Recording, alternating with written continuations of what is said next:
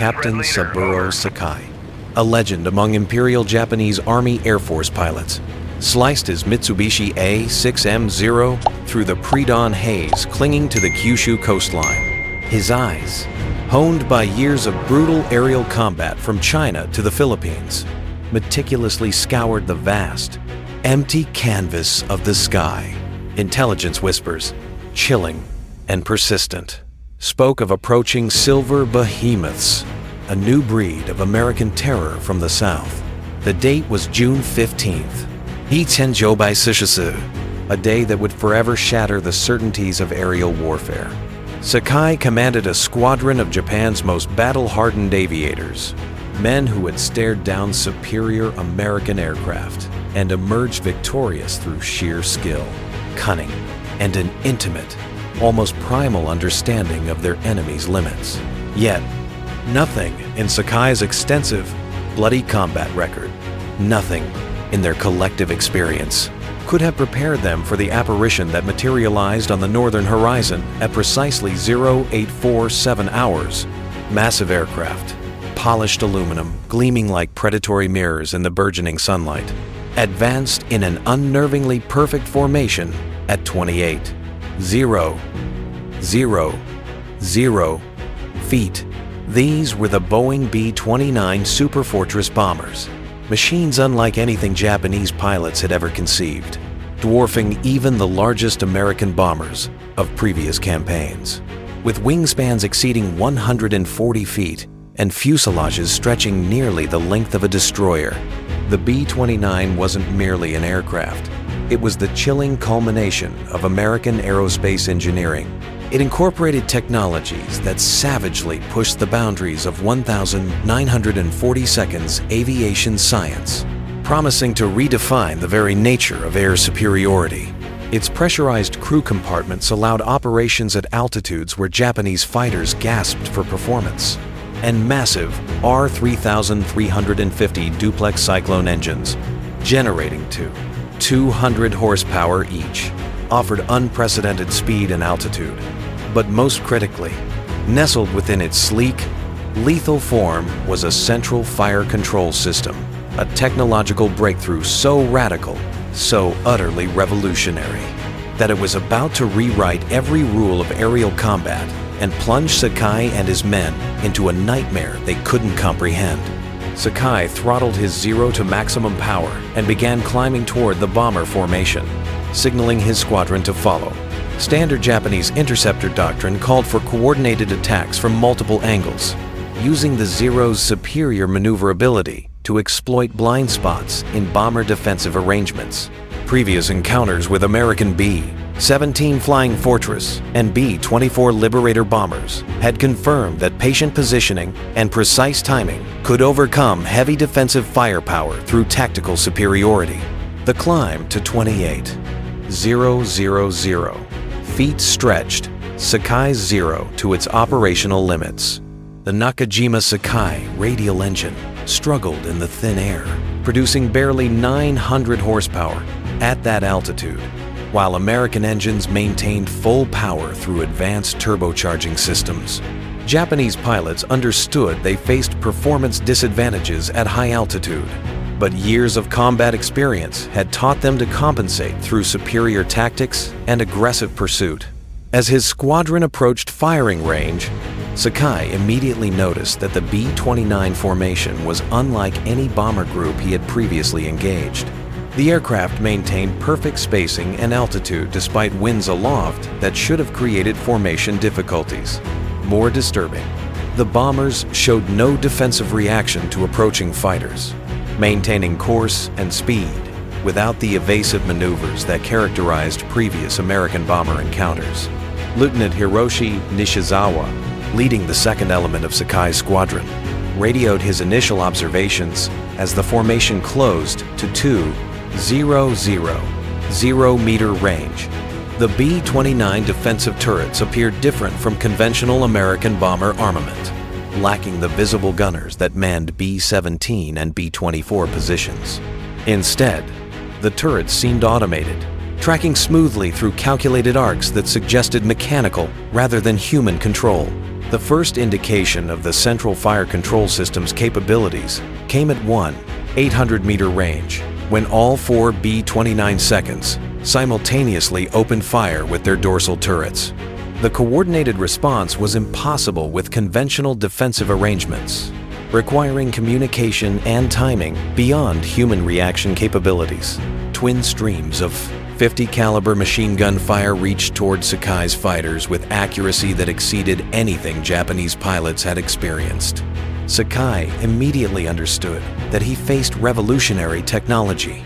Conventional bomber defensive fire required gunners to visually acquire targets, manually calculate lead angles, and physically aim their weapons while compensating for aircraft movement, target motion, and ballistic drop.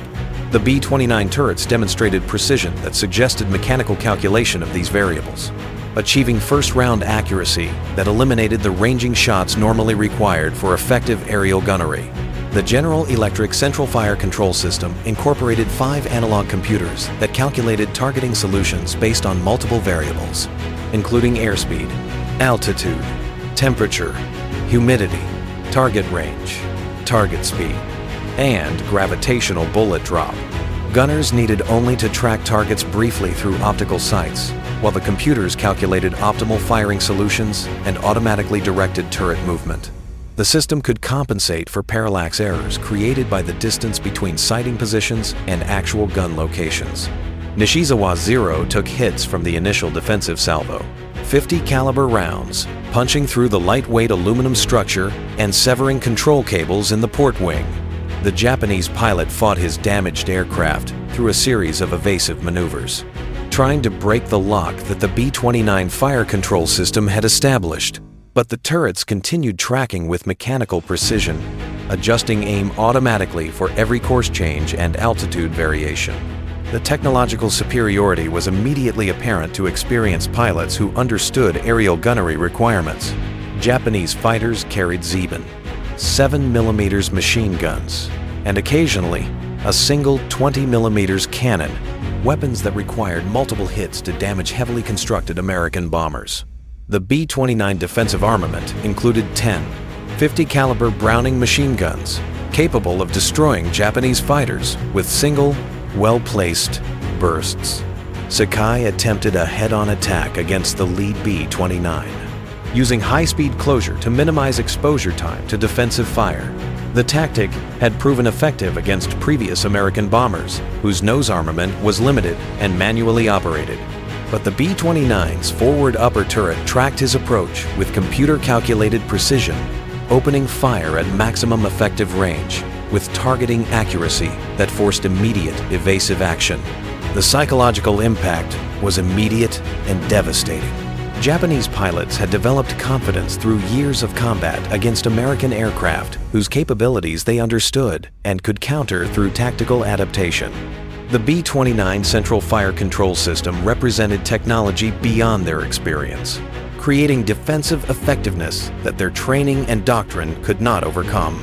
Captain Kenji Yanaga, commanding the 244th Fighter Regiment's most experienced pilots, received radio reports of the engagement while leading his own interceptor formation toward a second B-29 group approaching the Yawata Steel Complex. Yanaga had studied captured American technical manuals and understood the theoretical principles of automated fire control, but intelligence reports had not prepared him for the practical implications of computer-controlled defensive systems. The doctrine that Yanaga had developed for bomber interception relied on exploiting human limitations in manual gunnery. American gunners required time to acquire targets, calculate firing solutions, and traverse heavy turrets toward attacking fighters. Skilled Japanese pilots could use speed and maneuverability to minimize exposure time, attacking from angles that prevented effective defensive response. But the B-29 Central Fire Control System eliminated human reaction time from defensive gunnery. Computer calculation provided instantaneous firing solutions, while electric turret drives achieved traverse speeds impossible with manual operation. The system could engage multiple targets simultaneously, directing different turrets towards separate threats, while maintaining optimal firing solutions for each engagement. Yanaga's first encounter with the revolutionary system came during a climbing attack from the starboard quarter, positioning his Ki-61 fighter to exploit what should have been a blind spot in the bomber's defensive coverage. Previous experience with B-17 formations had confirmed that coordinated attacks from multiple angles could overwhelm manual defensive systems by forcing gunners to choose between targets. The B-29's response demonstrated capabilities that rendered conventional interceptor tactics obsolete. Multiple turrets engaged Yanaga's formation simultaneously, each directed by independent computer calculation toward optimal firing positions. The dorsal and ventral turrets tracked separate fighters, while the tail guns engaged additional targets, creating overlapping fields of fire that eliminated safe approach angles. The accuracy was unprecedented. Yanaga watched tracer rounds bracket his aircraft with first-burst precision that indicated computer calculation of range, deflection, and lead angles. Manual gunnery required multiple ranging shots to establish accurate fire, providing target aircraft with warning and opportunity for evasive action. The central fire control system achieved immediate accuracy that forced defensive maneuvering from the moment of weapon engagement. Lieutenant Colonel Terahiko Kobayashi, commanding all fighter defenses for the Kyushu Military District, studied combat reports that described defensive capabilities beyond Japanese technological understanding. His pilots reported B-29 turrets that tracked targets with mechanical precision, maintained accurate fire during extreme aircraft maneuvers, and engaged multiple fighters simultaneously without apparent human intervention. The strategic implications were immediately clear to experienced officers who understood the relationship between technology and tactical effectiveness. If American bombers could operate over Japan without effective fighter opposition, the empire's industrial capacity would face systematic destruction that Japanese air defenses could not prevent. The Central Fire Control System represented a technological breakthrough that challenged fundamental assumptions about aerial warfare. Kobayashi ordered immediate investigation into possible countermeasures against computer-controlled defensive systems. Japanese technical specialists theorized about electronic jamming of fire control computers, but lacked understanding of analog calculation principles and computer-resistant design features. The investigation revealed Japan's technological disadvantage in electronic systems and precision manufacturing. The psychological impact on Japanese pilots extended beyond individual encounters to broader questions about technological competition with American industry.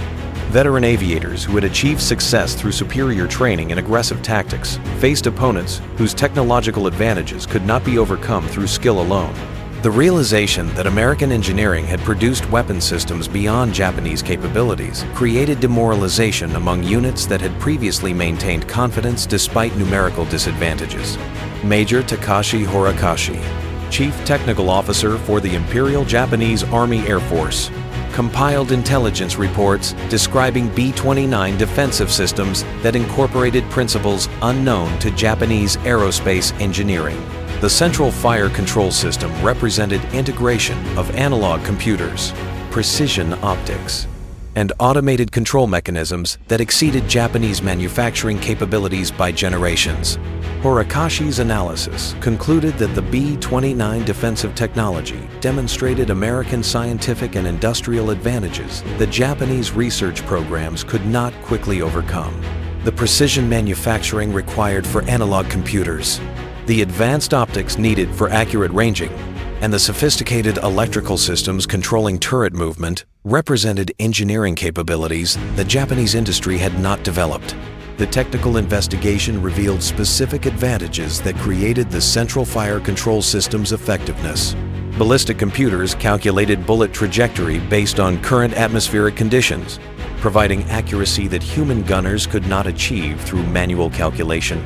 Parallax correction eliminated aiming errors created by the distance between optical sights and actual gun positions. Lead calculation compensated for target movement and provided optimal firing solutions regardless of engagement angles. Captain Yasuhikuro, commanding an elite fighter squadron equipped with the Army's most advanced Ki-84 Hayate interceptors, attempted to develop new tactics specifically designed to counter computer-controlled defensive systems. Kudo understood that conventional interception methods had become obsolete against automated fire control, requiring innovative approaches that could exploit limitations in mechanical systems.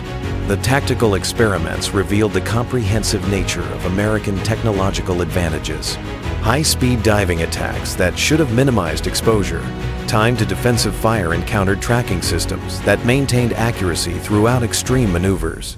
Multiple angle coordinated assaults faced computer systems that could engage numerous targets simultaneously without degraded performance. Most frustrating for experienced pilots was the realization that the central fire control system eliminated the human factors that Japanese tactics had traditionally exploited. Fatigue, confusion, and limited attention spans had created vulnerabilities in manual defensive systems that skilled attackers could identify and exploit. Computer-controlled systems maintained consistent performance regardless of engagement duration or tactical complexity. The strategic bombing campaign that followed confirmed Japanese fears about B-29 defensive capabilities. Large formations of Superfortress bombers operated over Japan with impunity, their central fire control systems providing protection that rendered fighter interception ineffective. Japanese pilots who attempted conventional attacks suffered catastrophic casualties without achieving significant bomber losses. The technological shock extended beyond immediate tactical considerations to broader questions about industrial and scientific competition with the United States. Japanese engineers who examined captured B-29 components discovered manufacturing precision and electronic sophistication that revealed the extent of American technological superiority in fields critical to modern warfare. Admiral Somu Toyota, commanding the combined fleet, received technical assessments that described American aerospace capabilities decades ahead of Japanese development programs. The central fire control system represented not only superior current technology, but also industrial capacity to produce complex systems in quantities sufficient for strategic bombing campaigns. The psychological warfare implications were as significant as the tactical advantages. Japanese civilian populations who witnessed B-29 formations operating without effective opposition understood that their air defenses had failed against superior American technology. The visible demonstration of technological inferiority undermined confidence in military leadership and Japanese industrial capabilities. Colonel Minor Genda, one of Japan's most innovative tactical theorists, attempted to develop countermeasures against central fire control systems through analysis of their operational principles. Genda understood that computer-controlled systems must have limitations that could be exploited through appropriate tactics, but his investigation revealed design features that minimized potential vulnerabilities. The analog computers that directed B-29 defensive fire incorporated redundant systems that maintained operation despite battle damage. Multiple independent sighting stations could control any turret, eliminating single points of failure that might disable the entire system. Computer calculation speed exceeded human reaction time by orders of magnitude, preventing tactical exploitation of system response delays. Most significantly, the central fire control system demonstrated integration of multiple advanced technologies into unified weapons platforms. Precision optics, analog computers, automated control systems, and high-velocity weapons combined to create defensive capabilities that exceeded the sum of individual components.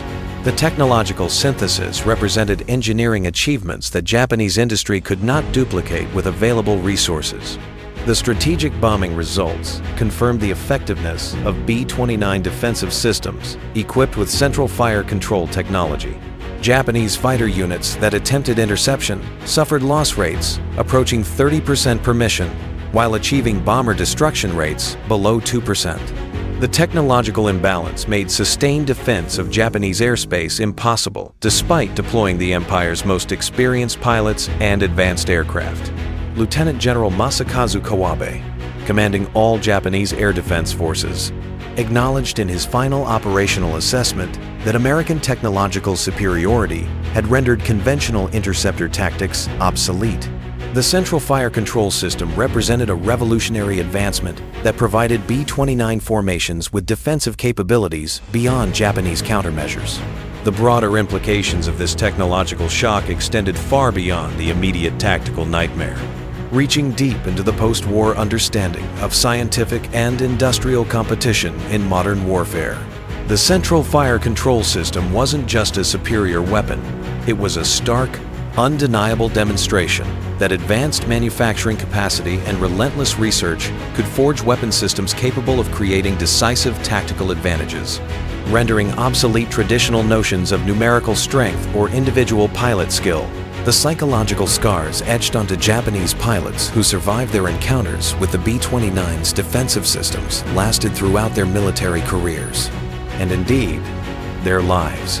Veterans spoke of a profound, soul-crushing helplessness when engaging targets whose automated defenses responded faster and with greater accuracy than any human reflex could ever hope to achieve.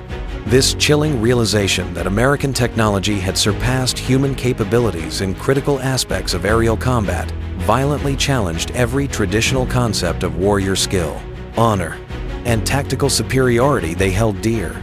In his poignant post-war memoir, Captain Sakai described his first horrifying encounter with the Central Fire Control System as the precise moment he understood, with a sickening certainty, that Japan faced technological disadvantages so vast, so insurmountable, that they could not be overcome through conventional military means. The terrifying precision and lightning speed of computer-controlled defensive fire laid bare American industrial capabilities that had been underestimated by catastrophic margins. Post-war technical analyses conducted by Japanese engineers grimly confirmed the comprehensive nature of these American technological advantages. Precision manufacturing, advanced metallurgy, sophisticated electronics, and an unprecedented integration of innovative design had combined to create weapon systems that represented generational leaps over Japanese capabilities. The Central Fire Control System had achieved what military theorists once deemed impossible: a defensive network that provided bombers with protection equivalent to a full fighter escort. This technological breakthrough shattered the traditional vulnerability of heavy bombers to interceptor attack, unleashing strategic bombing campaigns that could operate with terrifying impunity, regardless of enemy fighter opposition. The sheer shock of discovering American defensive technology that rendered their interceptor capabilities utterly obsolete forced Japan's military leadership to confront the devastating extent of the empire's technological disadvantages. The Central Fire Control System represented not only a pinnacle of current engineering, but also an industrial and scientific capability that could continue to churn out advanced weapon systems at a rate Japan simply could not match. The legacy of the B-29 Central Fire Control System thus extended far beyond its immediate tactical impact. It profoundly influenced post-war understanding of technology's indispensable role in military effectiveness, proving that scientific advancement and industrial might could forge decisive advantages that no amount of traditional military virtues could ever hope to overcome.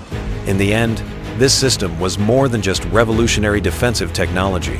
The chilling shock experienced by Japanese pilots encountering computer-controlled turrets that tracked with mechanical precision and fired with calculated, deadly accuracy laid bare the true extent of American technological superiority, a supremacy that would ultimately determine the outcome of the Pacific War.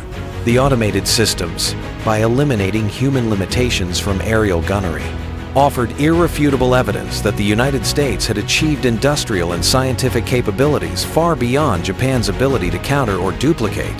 The B-29 Central Fire Control System had declared, with lethal certainty, that the age of technological warfare had arrived, where superior engineering and manufacturing capacity could forge weapon systems capable of rendering even the most courageous and skilled conventional tactics utterly obsolete.